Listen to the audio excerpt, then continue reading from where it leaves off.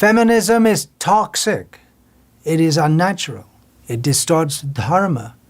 It undermines traditional roles and, in the name of justice and empowerment, poisons the whole of society by turning women against men and then men against women.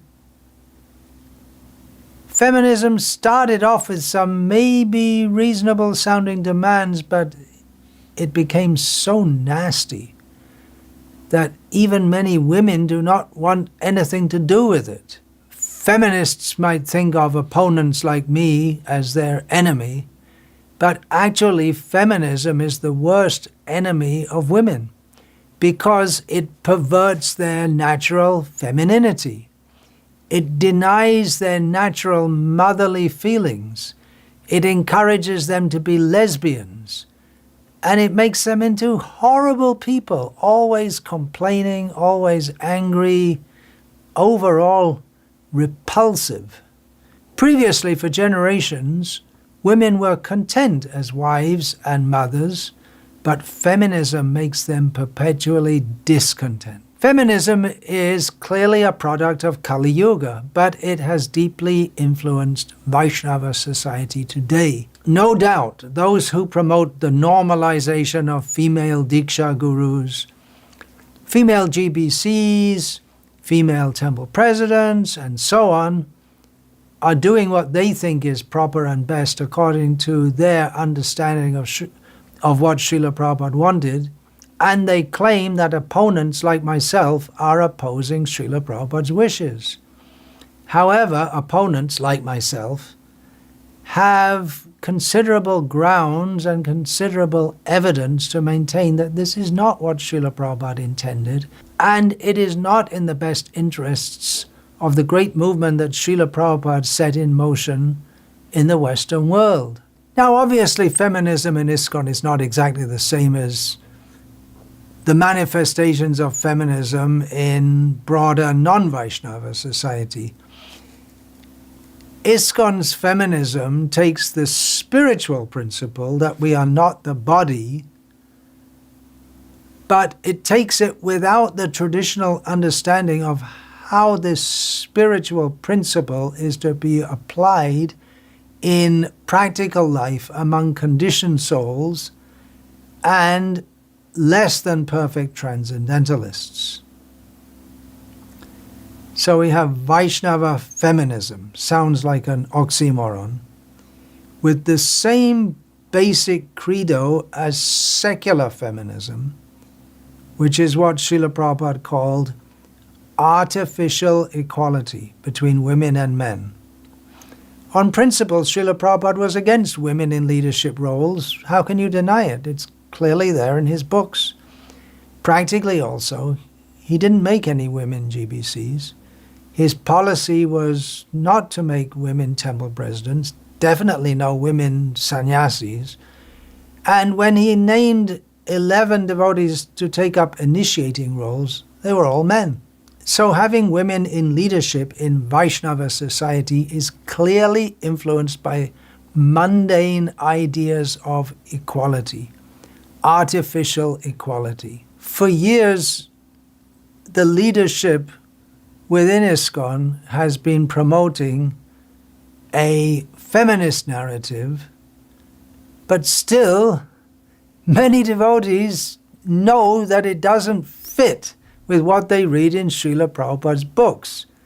And it makes no basic sense because clearly men and women are best suited for different roles. The feminists claim that Srila Prabhupada gave equal service opportunities to both men and women. It's a lie. But it's so deeply bammed into ISKCON's way of thinking today that overturning it seems almost impossible, even for saying such things, for quoting Srila Prabhupada's statements on these subjects. You become a persona non grata. A godbrother of mine, a senior leader of ISKCON in India, was banned from giving talks at ISKCON centers in North America because of his opposition to the GBC's female Diksha Guru push. and his penchant for quoting Shastra and Srila Prabhupada on issues related to gender roles. There was no investigation, no right of appeal. He was just banned. Even as I say this, I can expect some backlash. What are you going to do if you know that this feminism is wrong, it's unnatural, it's not what Srila Prabhupada taught or instituted? What can you do? The first thing you can do, and you should do anyway, is to study Srila Prabhupada's teachings deeply and systematically. As you go through Srila Prabhupada's writings, you'll find that he taught that men and women are spiritually equal, but in the Varnashram Dharma system which Srila Prabhupada wanted to be instituted, women and men have different duties based on their different natures. Different nature is swabhava, and different duty is swadharma.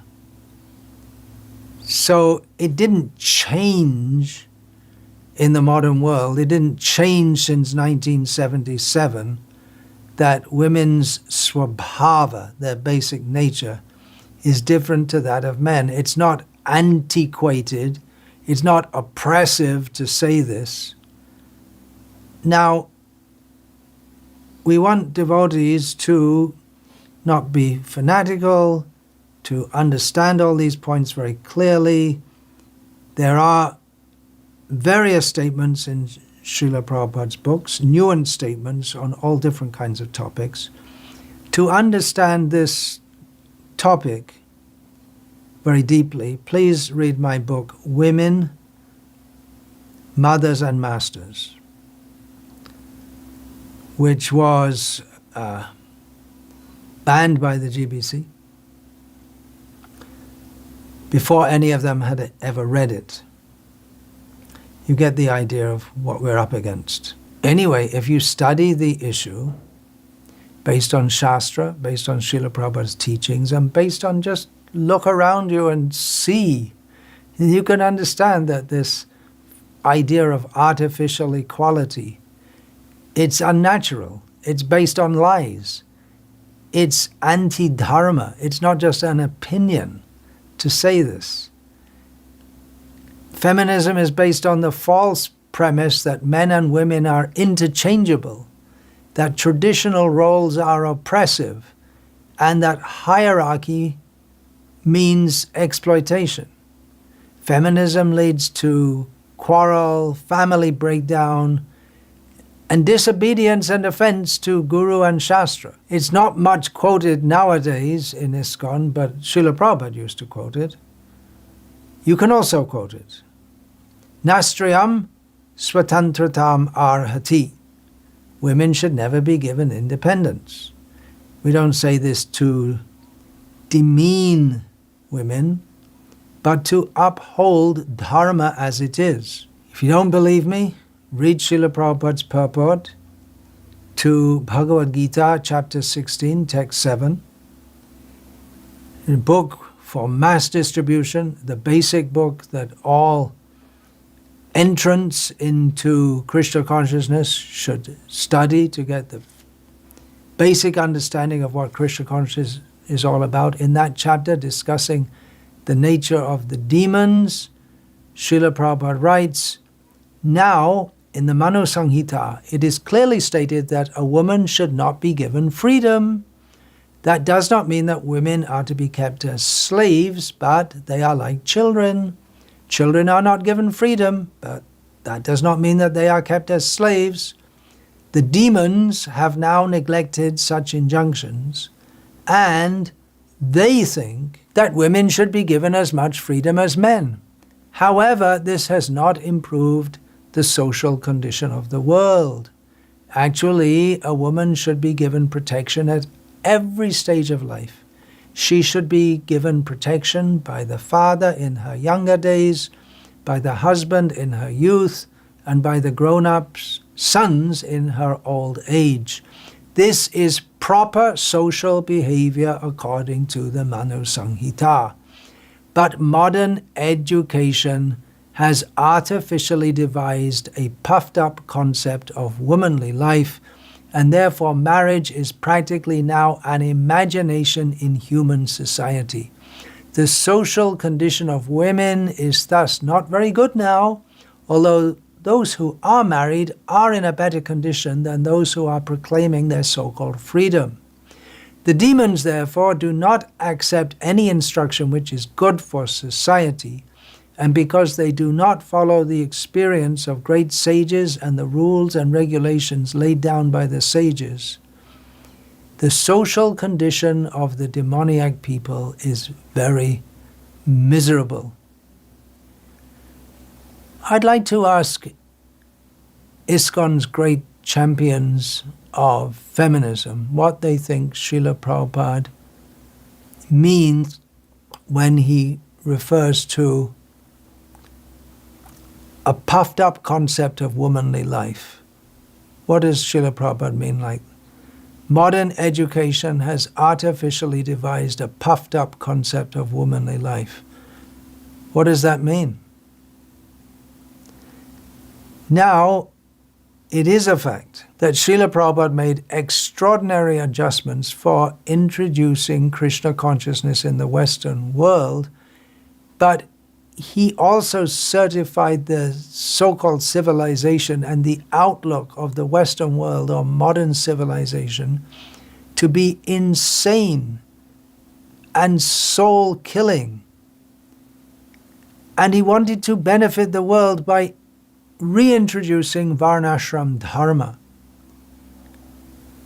Certainly for the West in particular, we have to be aware of adjustments that Srila Prabhupada made and maybe continue them to some extent, but after all these years, we should be moving toward implementing Srila Prabhupada's desire for Varnashram Dharma. Srila Prabhupada made some exceptions for the sake of introducing Krishna consciousness, saving people in a very animalistic kind of society, not to redefine dharma. So we should know the difference between what are standards that we should be introducing and exceptional mercy.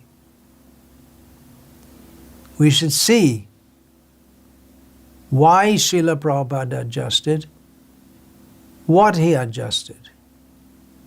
From the Vedic perspective, he came to a totally adharmic society.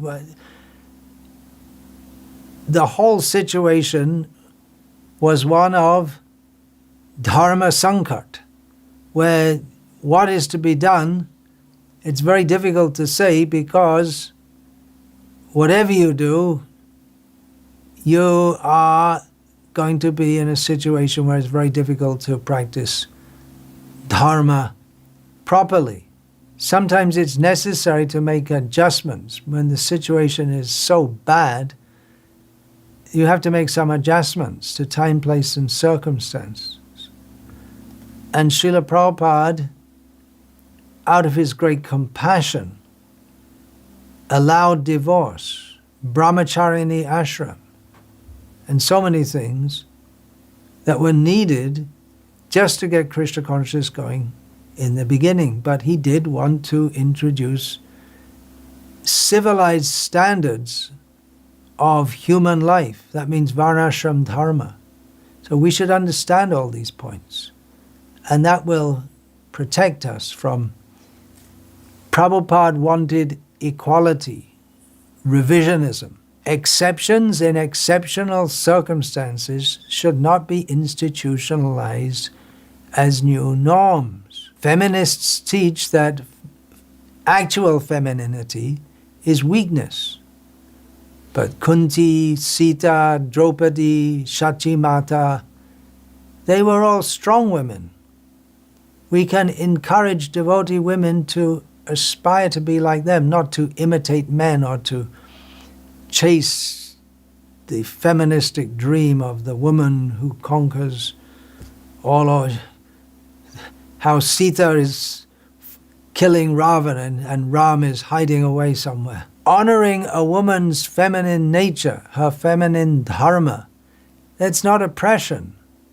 That is sacred. So when we hear Prabhupada empowered women, well, that's true, he empowered men also, but he did oppose artificial equality, and we should know what that means. So if we hear someone saying equality is Vedic, we should know it's just nonsense. Women can do everything men can. That's a modern ideological import. It's not Shastric and it's not realistic. It's not hopeless. The present generation of leadership has led us down this feministic sidetrack. But there's a whole new generation coming up. We can train them in varnashram realities, what is required in a civilized society.